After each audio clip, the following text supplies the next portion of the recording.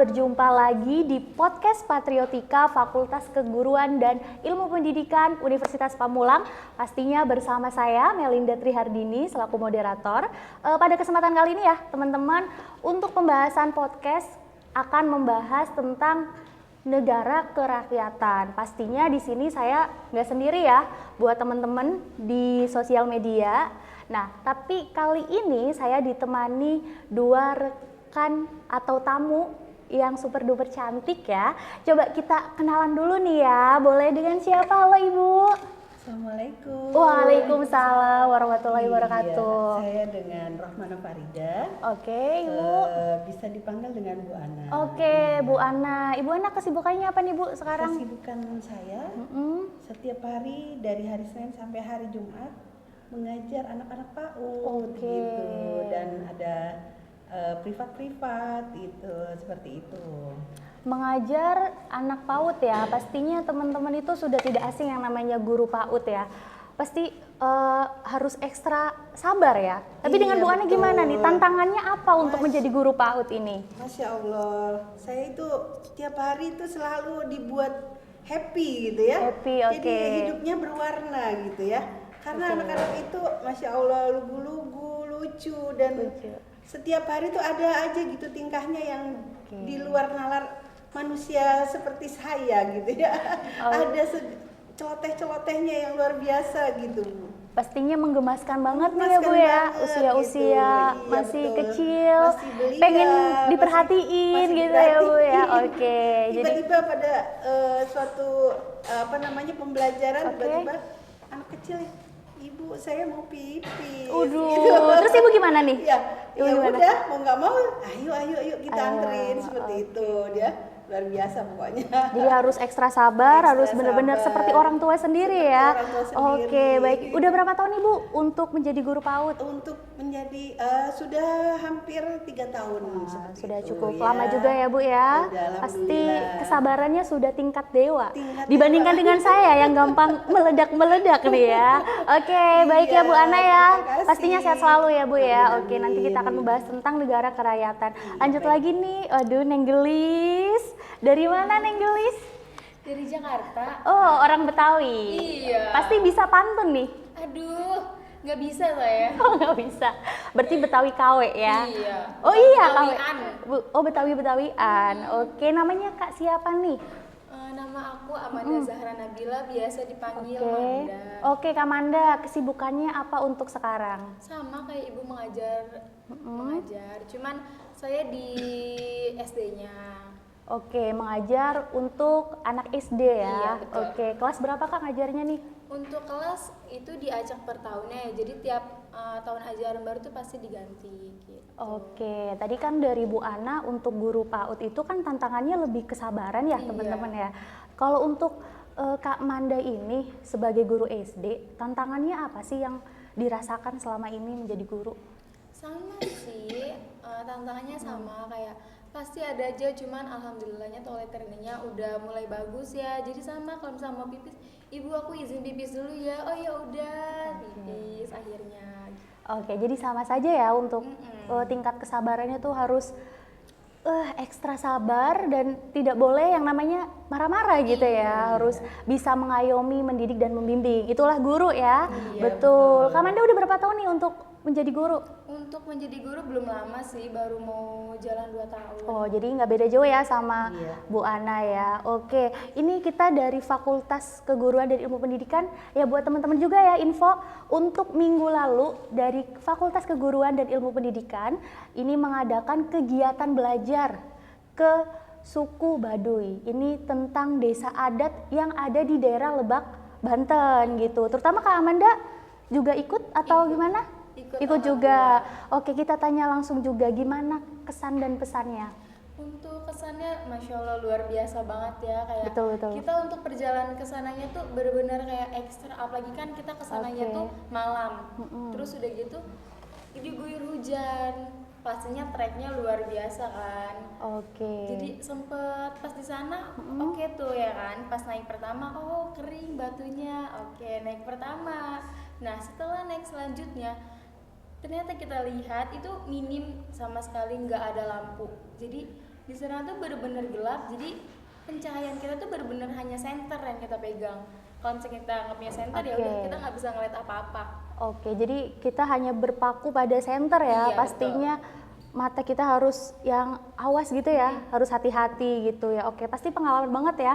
Nah ini untuk suku Baduy, untuk Ibu juga ya, tahu ya ini kan salah satu desa adat yang masih sekarang tetap hidup di daerah Lebak, Banten ya, betul ya, bahwa mana masyarakat setempat masih memegang teguh hukum adat. Betul. Nah, kebetulan saya juga ikut nih ya Bu ya, buat gitu ya. Sobat Patriotika juga, bahwa memang benar hukum adat ini masih kental di daerah Baduy gitu. Seru Oke. sekali ya kayaknya. Seru ya. sekali Bu. Bu Iya, Ana. Sayang saya nggak ikut Oke, ya. nggak apa-apa Bu. Nanti bisa next time untuk datang langsung nih ke suku Iya, Baduy. iya, Jangan iya. lupa borong duriannya. Oh, Masya Allah. Murah. Iya, iya. 100.000 dapat 4 gitu. Kalau lewat saya beda lagi ya.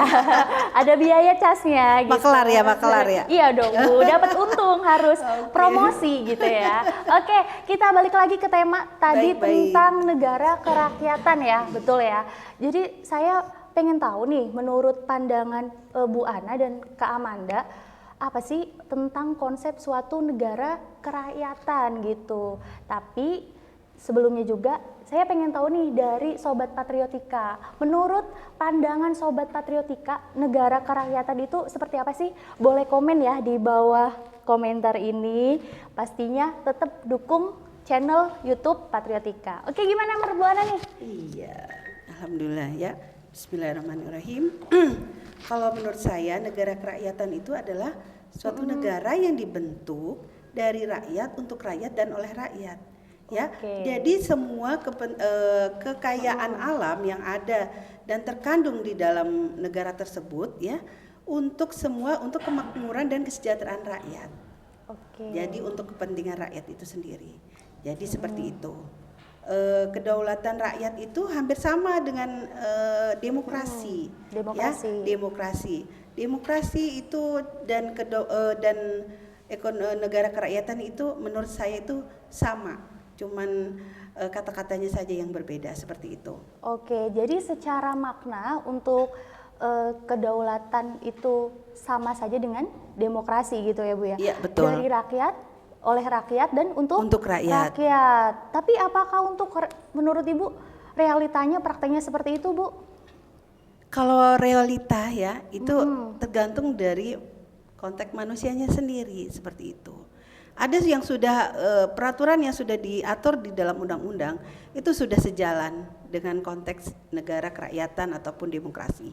Tetapi pada kenyataannya banyak di luar sana yang masih banyak ketimpangan-ketimpangan yang sebetulnya itu tidak termasuk di dalam negara kerakyatan itu sendiri. Oke, baik ya Bu, tentang ketimpangan-ketimpangan masyarakat. Mungkin dari Sobat Patriotika bisa berkomentar ya, ketimpangan-ketimpangan ini apa saja yang dialami ataupun realita pada kenyataan di negara kita Indonesia. Oke Bu Ana, terima kasih untuk pendapatnya. Terima kasih. Balik ke Nenggelis, iya Kak Amanda ya.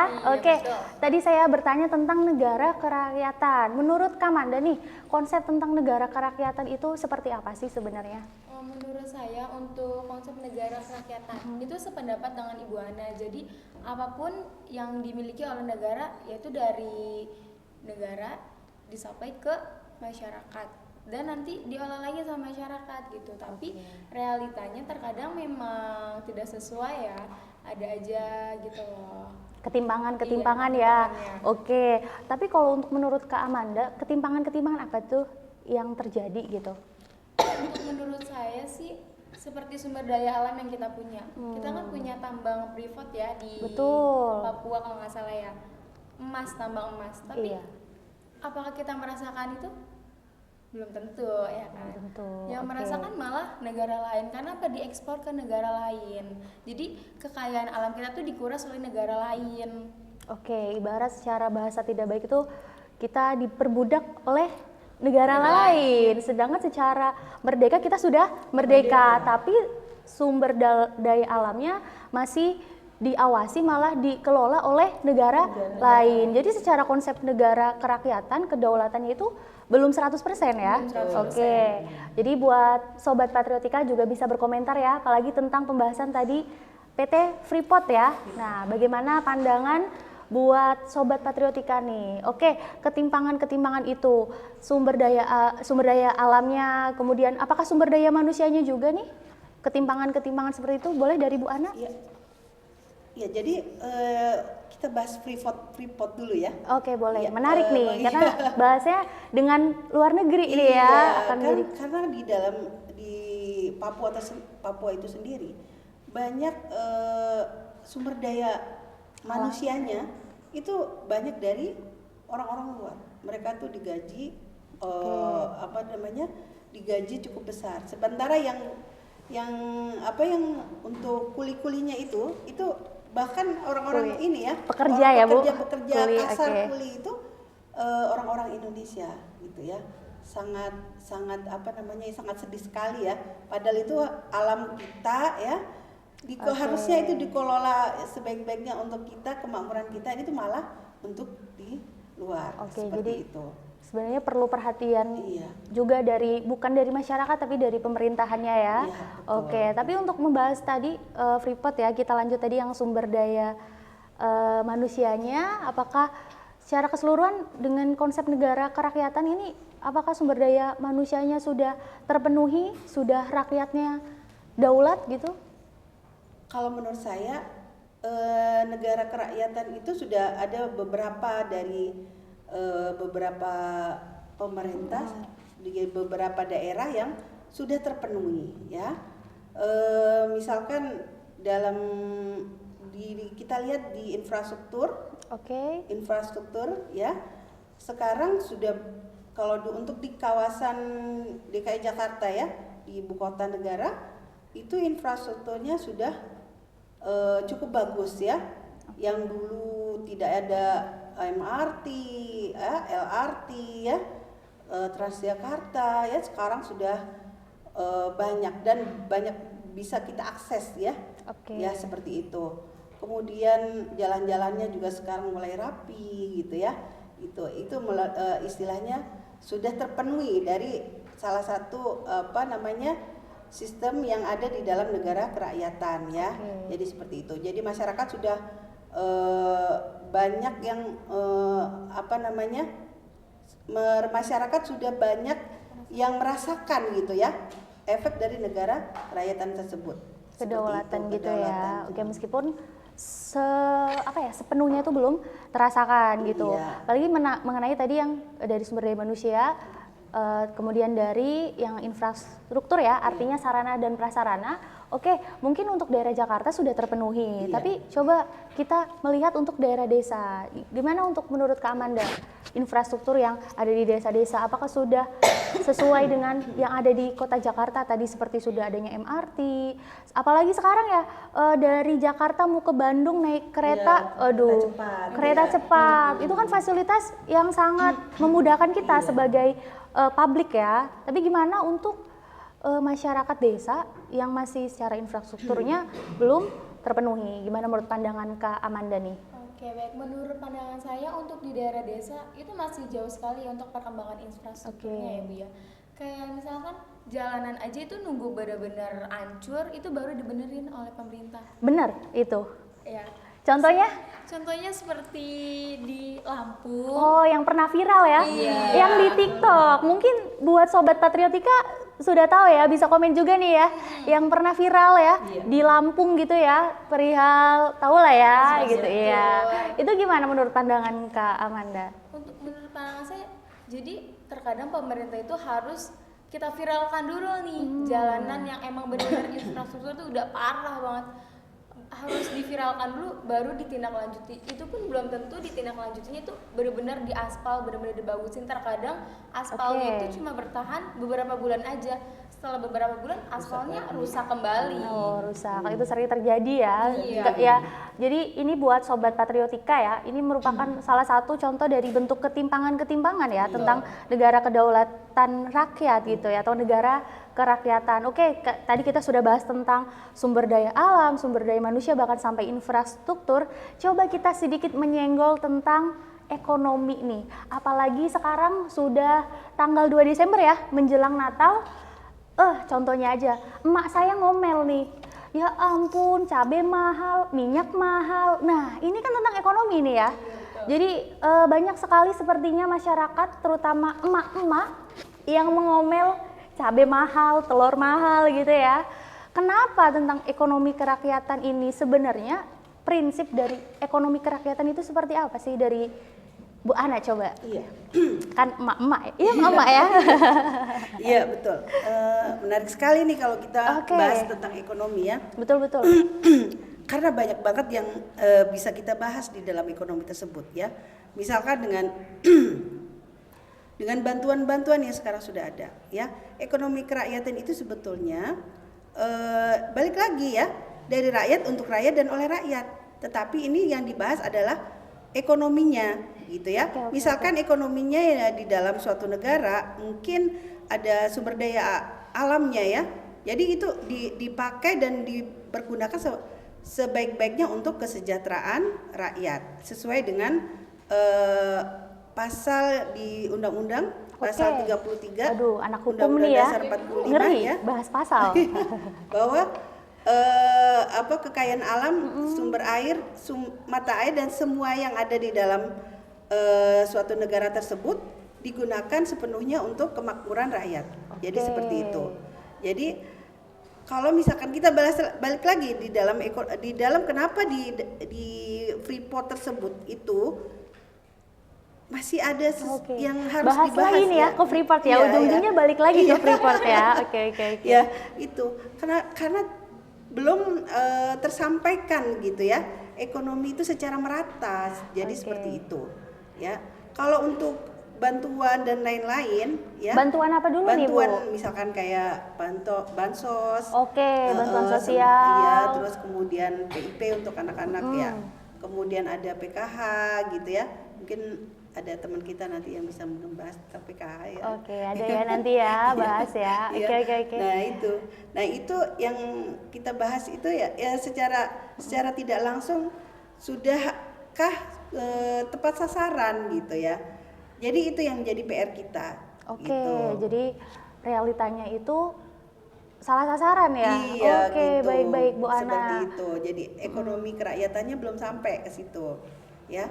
Seperti itu. Ada sih yang sudah nyampe. Saya sih termasuk salah satu yang mendapatkan dana ya seperti itu ya.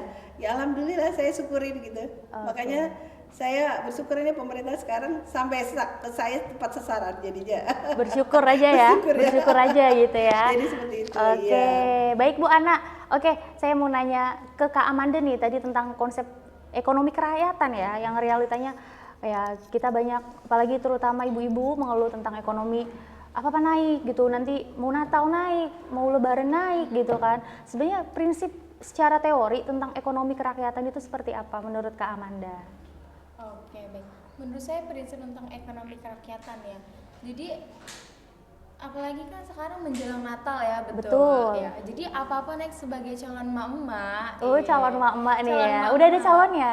Insya Allah. Insya Allah. Oke, gimana konsepnya? Jadi, konsepnya tuh entah bagaimana ya. Jadi saya pernah lihat di media sosial. Jadi semisalnya kita mau ada Natal atau Lebaran, Oke. jadi bahan pokok tuh ditimbun gitu loh. Jadi kalau misalkan udah mau menjelang mendekati gitu ya kan, itu baru tuh dikeluarin dengan harga yang luar biasa mencekik. Seperti itu. Oke, jadi menurut kakak solusinya tuh seperti apa tuh kayak gitu? Kan semua rakyat tuh pasti mengeluh dong. Betul. Cabai naik tadi, minyak naik gitu, gula aja naik gitu kan. UMR nggak naik naik dikit gitu ya. Nah, tapi gimana menurut kakak solusinya nih sebagai Kak Amanda nih guru ya, tapi peran penting guru itu juga sangat perlu ya. Menurut Kak Amanda gimana? Oke. Jadi gimana? Atau bisa dibantu dari Bu Ana nih? Iya. Solusi-solusi kayak seperti itu. Gimana tadi pertanyaannya? Tentang tadi apa-apa naik, solusinya dari pemerintah itu akan seperti apa menurut pandangan Bu Ana? Pemerintah sudah memberikan sesuatu bantuan ya, yang tadi disebutkan itu adalah salah satu wujud dari perhatian pemerintah kepada rakyat, yaitu dengan menggelontorkan karena segelontorkan beberapa bantuan ya. Nah, itu salah satunya itu gitu ya. Tapi mungkin ada yang tidak tepat sasaran, yaitu nanti bisa diperbaiki dari sistemnya yang ada gitu ya. SDM-nya seperti apa gitu ya. Jadi kalaupun naik itu ya sebagai masyarakat juga harus mensiasati ya dengan mungkin dengan tidak ada pemborosan dan lain-lain gitu jadi ya. harus berhemat harus nih ya. berhemat gitu ya. Dengan cara itu mungkin salah satu yang sebagai penanggulangan agar tidak terjadi ketimpangan-timpangan seperti itu. Ya. Jadi tips dari Bu Ana nih, pokoknya apalagi yang sudah berumah tangga. Tapi bukan cuma yang berumah tangga ya Bu ya, buat betul. yang masih single itu harus juga pinter dalam mengatur keuangan. Mungkin nanti gitu. next time di podcast berikutnya kita akan membahas juga ya tentang tips mengatur keuangan. Apalagi bagi mahasiswa yang sudah bekerja juga nih ya, ada tipsnya gimana ya supaya bisa nabung oke, kuliah oke gitu ya. Gaya hidup juga oke gitu ya. Gitu ya. Karena sekarang ini gimana Bu? Anak-anak muda zaman sekarang ini. Kenapa Bu? Anak muda, tunggu dulu. Ini positif atau negatif? Saya banyak sekali yang istilahnya yang kalau kata istilahnya itu hedonisme. Ya, hedon ya. Ini Bu, BPJS, budget pas-pasan jiwa sosialita itu ya. Itu ya Bu ya. Oke. Itu ya udah kesana arahnya gitu ya. Budget pas-pasan, sebenarnya lifestyle-nya terlalu tinggi gitu ya. Nah itu nanti akan terjadi ketimpangan gitu ya. Jadi seperti itu. Ekonomi pribadinya kan. Iya, ekonomi pribadinya nanti akan terjadi ketimpangan seperti itu. Baik ya. Jadi banyak juga ya ketimpangan juga. Tadi dari bahas awal ya tentang sumber daya alam, sumber daya manusia. Tapi kita dari tadi bahas tentang kedaulatan rakyat nih ya. Saya pengen tahu aja tentang pendapat Kak Amanda nih sama Bu Ana. Kedaulatan rakyat itu sebenarnya prinsipnya apa sih sebenarnya? Dari Kak Amanda nih, kedaulatan rakyat gitu. Menurut saya kedaulatan rakyat berarti kan rakyat yang ikut berdaulat, ya kan? Jadi apapun yang dilakukan oleh pemerintah itu harus melalui rakyat dulu. Jadi dari rakyat baru nanti pemerintah yang melakukannya. Jadi untuk kebijakan-kebijakan pemerintah itu sebenarnya kan tadi betul bahwa dari rakyat, oleh rakyat untuk rakyat. Kalau untuk dari Bu Ana pendapatnya seperti apa? Kedaulatan rakyat itu Bu? Ya, saya setipe dengan Amanda ya. Satu pendapat nih ya Bu ya. Ya. Jadi sesuatu ya itu dari segi ekonominya aja ya. Dari segi di dalam hukum ya, di dalam hukum itu juga itu ada namanya diatur dengan undang-undang. Kemudian untuk hukum itu dibentuk untuk kemakmuran dan kesejahteraan rakyat. Kemakmuran dan kesejahteraan rakyat. Itu dari segi hukum. Jadi seperti itu. Jadi hukum itu dibikin untuk kedaulatan rakyat dan kesejahteraan rakyat. Jadi kemakmuran dan kesejahteraan itu secara teori, tapi secara praktek kita bisa melihat pro dan kontra ya. Bagaimana tentang tadi contoh bentuk ketimpangan ya. Mungkin ini kita hanya sebagian beberapa contoh ketimpangan. Jadi sebenarnya banyak. Ataupun dari Sobat Patriotika bisa untuk komentar di kolom komentar ya, jangan lupa komentar sebanyak-banyaknya dan pastinya like juga ya. Seru banget pembahasan kali ini ya Sobat Patriotika tentang negara kerakyatan, bahwa sebenarnya negara kerakyatan itu konsepnya banyak sekali ya. Saya tersentuh ataupun saya mengingat tadi tentang ini kan Bu Ana guru PAUD, kemudian Kak Amanda guru SD. Berdasarkan artikel nih Bu, saya lihat, maaf ya, ini ada contoh salah satu kasus nih Bu, ini tentang pendidikan. Ini kan saya melihat Bu Ana dan Kak Amanda ini kan adalah guru ya.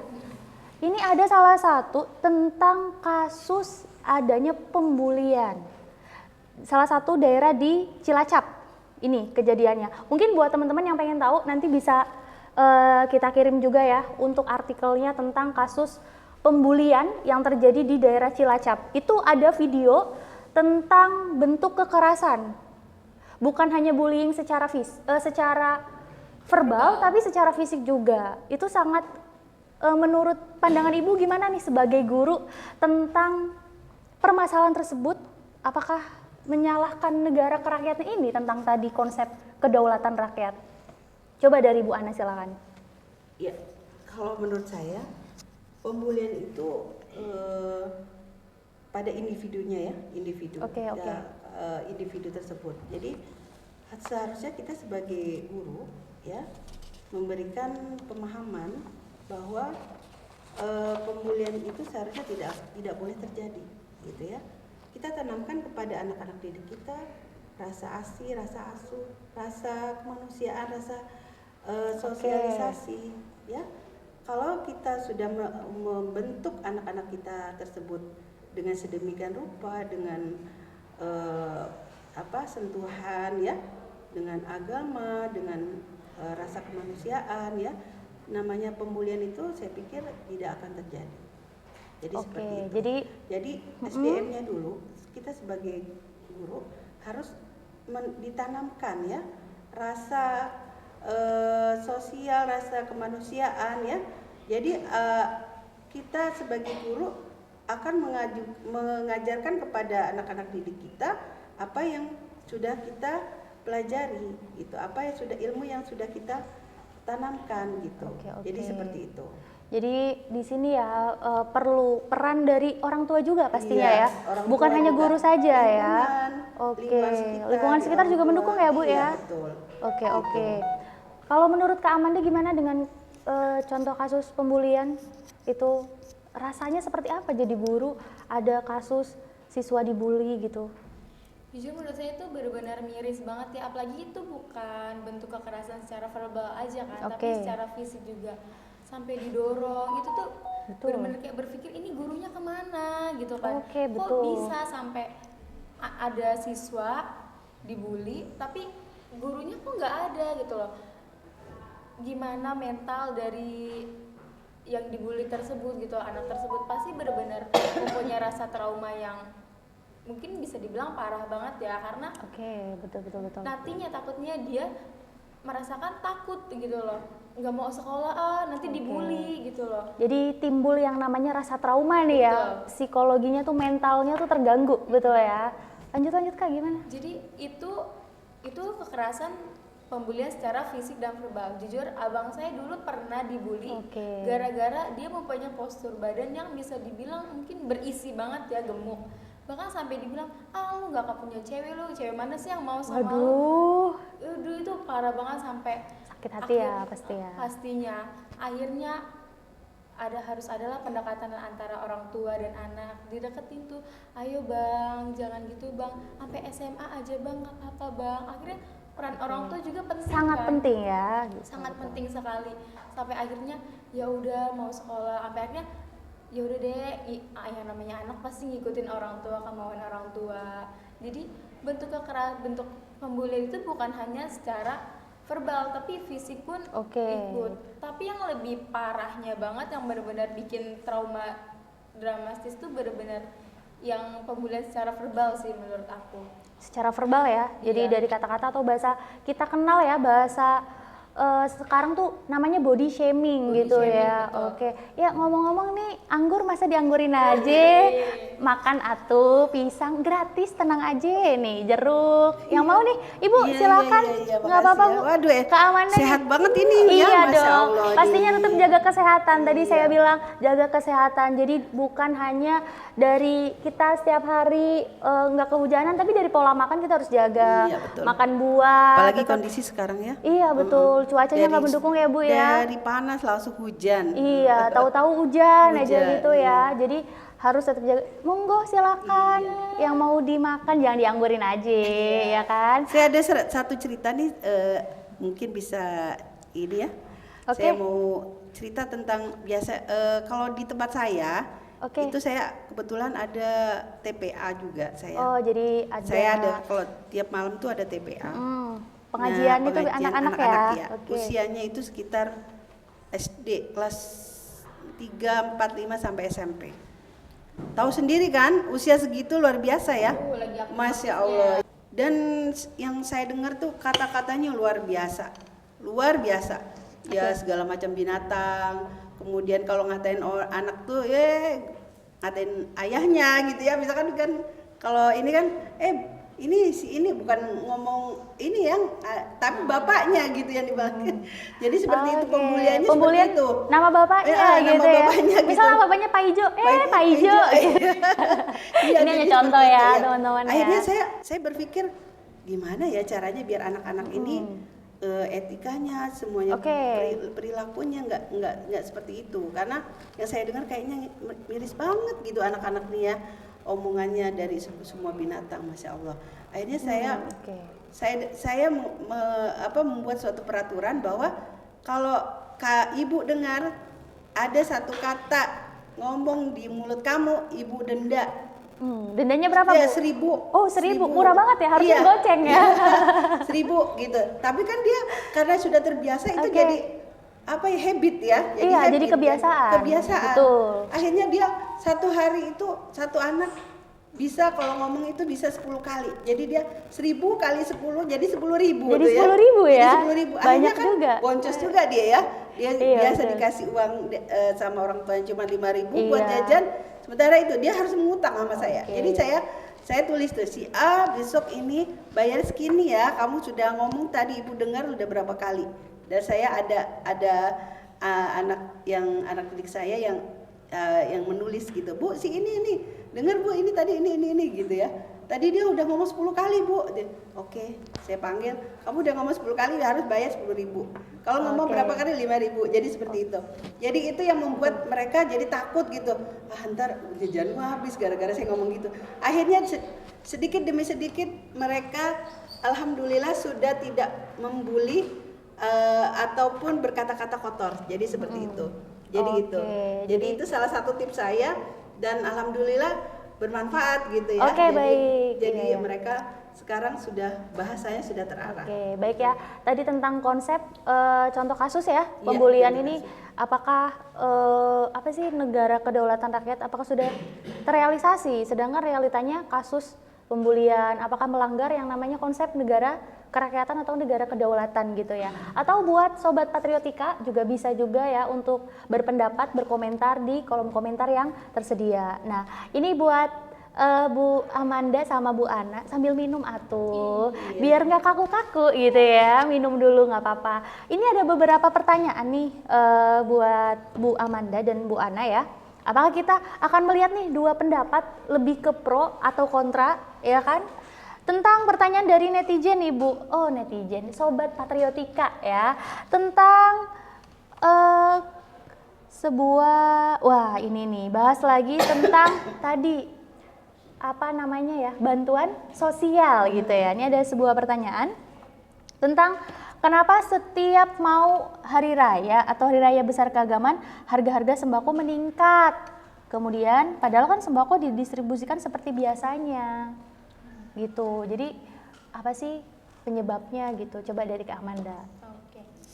Balik lagi menurut saya yaitu jadi didistribusikannya tetap secara berkala gitu. Cuman terkadang ada oknum-oknumnya ini nih. Jadi dia tuh lebih memilih udah dia ditimbun dulu aja deh, nanti kan bisa dijual dengan harga yang tinggi gitu. Oknum-oknumnya ini yang seperti apa nih? Kita ambigu ya Bu ya. Oknum apa gitu loh yang menyebabkan kenaikan harga? Tadi kan kita bahas juga ya, apa-apa naik gitu ya.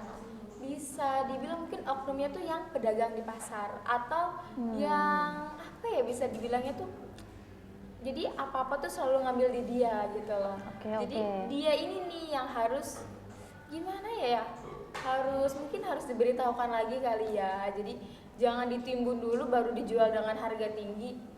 Sedangkan dijual dengan harga tinggi pastinya kalau yang mampu, kalau yang kurang mampu pasti benar-benar mencekik banget dong. Nguras kantong ya. Nguras kantong tidak banget. ramah kantong ya. Oke. Ya, Kalau dari Bu Ana gimana Bu? Ya, jadi itu karena banyak mafia ya. Jadi itu mainnya udah kelas kakap gitu ya. Jadi mereka yang pelaku pebisnis itu emang sengaja menimbun ya. Menimbun Gitu ya. Oke. Menimbun dan didistribusikan nanti pada saat yang tepat, misalkan pada saat ini dengan harga yang signifikan gitu, yang biasanya harga cabai cuma 5.000 atau 10.000 ataupun lebih besar lagi, jadinya seperti itu. Kalau untuk istilahnya kayak misalkan cabai dan lain-lain ya itu karena saya pernah tanya dengan pelaku pasar, itu tergantung dari petani ya Bu ya? Petani. Nah, petani itu kan tergantung dari musim. Kalau misalkan banjir, jadi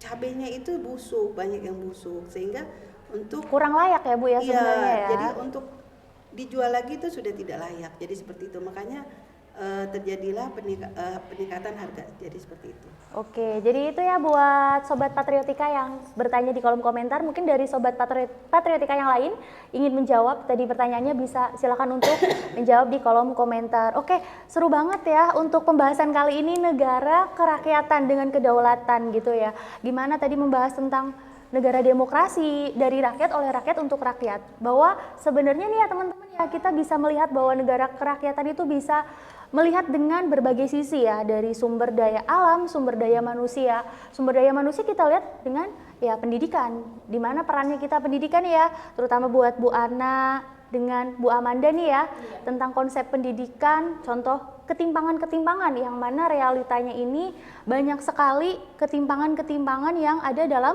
masyarakat. Juga disebutkan juga bahwa kita itu negara hukum ya, pemerintahan, bahwa kita pemerintahan yang memegang teguh yang namanya hukum. Adanya hukum apa tadi dijelaskan sama Bu Ana nih ya, buat Sobat Patriotika, bahwa hukum itu untuk mengatur semuanya ya Bu ya, betul ya, masyarakat, dengan tujuannya, realisasinya supaya kedaulatan rakyat itu terpenuhi, kemakmuran dan kesejahteraan rakyat, meskipun secara praktek itu tidak 100% terwujud. Betul. Banyak ketimpangan-ketimpangan tadi saya bahas ya, ataupun hal lainnya yang bisa kita nilai seperti itu tentang infrastruktur ya. Mungkin itu saja ya dari podcast episode kali ini tentang negara kerakyatan. Untuk Sobat Patriotika jangan lupa like dan komen dan subscribe podcast Patriotika. Dan ini ada sedikit quotes ya Bu ya. Saya terinspirasi tentang salah satu toko pengusaha gitu ya, karena saya bekerja di bagian retail juga nih ya, tentang mungkin Ibu tahu ya siapa itu Alibaba, pengusaha Alibaba? Jack Ma ya. Nah, saya ingat dengan quotes-nya, if you have difference, you will mindset different, or saya lupa nih ya. Intinya gini, Indonesianya aja ya. Saya jadi grogi nih ya ketemu Bu Ana sama Bu Amanda yang super duper luar biasa ya. Jadi gini, konsepnya bahwa jika kita mempunyai pola pikir atau mindset yang berbeda, maka hasilnya akan pula juga. Pola pikir yang seperti apa nih ya Bu ya? Jadi kalau kita punya pola pikir yang fix growth mindset, yang semangat, bekerja keras, pantang menyerah, maka kita akan mendapatkan hasil yang baik pula. Itu aja dari kita. Terima kasih, sampai jumpa. Dadah.